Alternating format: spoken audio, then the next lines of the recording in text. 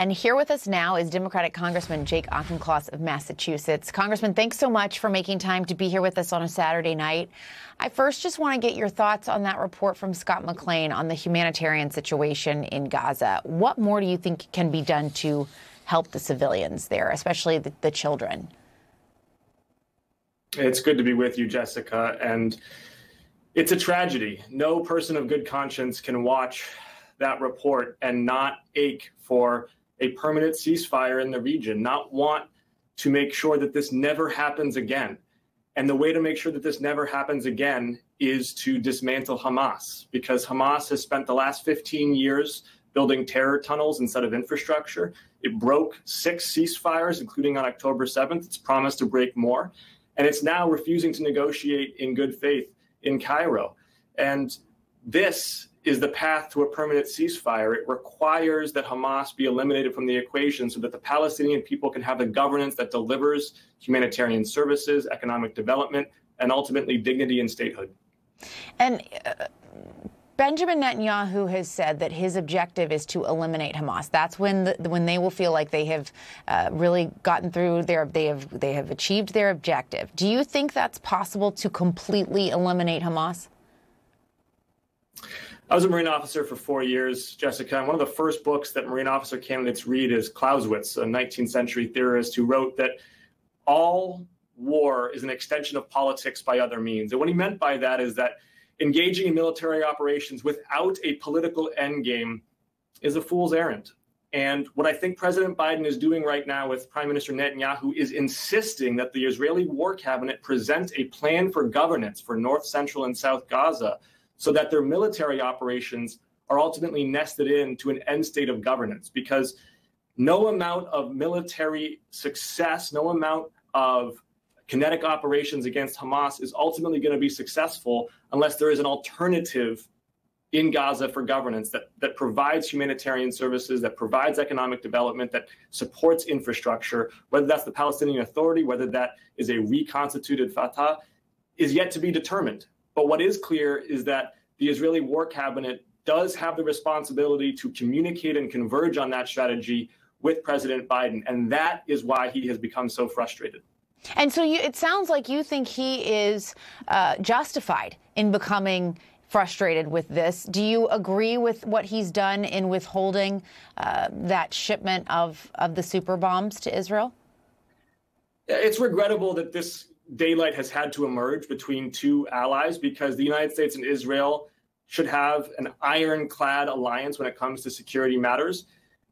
But President Biden now for 7 months has said to the Israeli War Cabinet, your military operation needs to be nested in with a strategy for governance in Gaza for post-war success.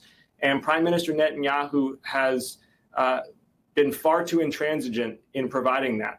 Now, I think there's two kind of bad takes right now, though. One bad take is saying, oh, President Biden, he's letting domestic political concerns wag the dog, and he's more worried about Michigan than he is about Israel. That's not true. President Biden is rock solid in his support for Israel's security. The other bad take is, oh, this is too little, too late, and Israel is still going to go out there and commit war crimes. And that's unfair as well. The truth is that President Biden and Israel remain strategically aligned, yet President Biden is trying to help Israel articulate and communicate and ultimately architect post-war governance for Gaza that can actually ensure a permanent ceasefire.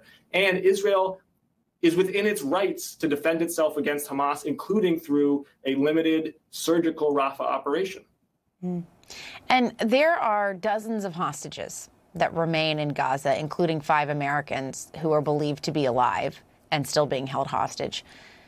Do you fear that an expanded invasion into Rafah could derail any hopes of a hostage deal? We heard from John Kirby that perhaps going in a bigger way in Rafah could give Hamas an upper hand at the negotiating table.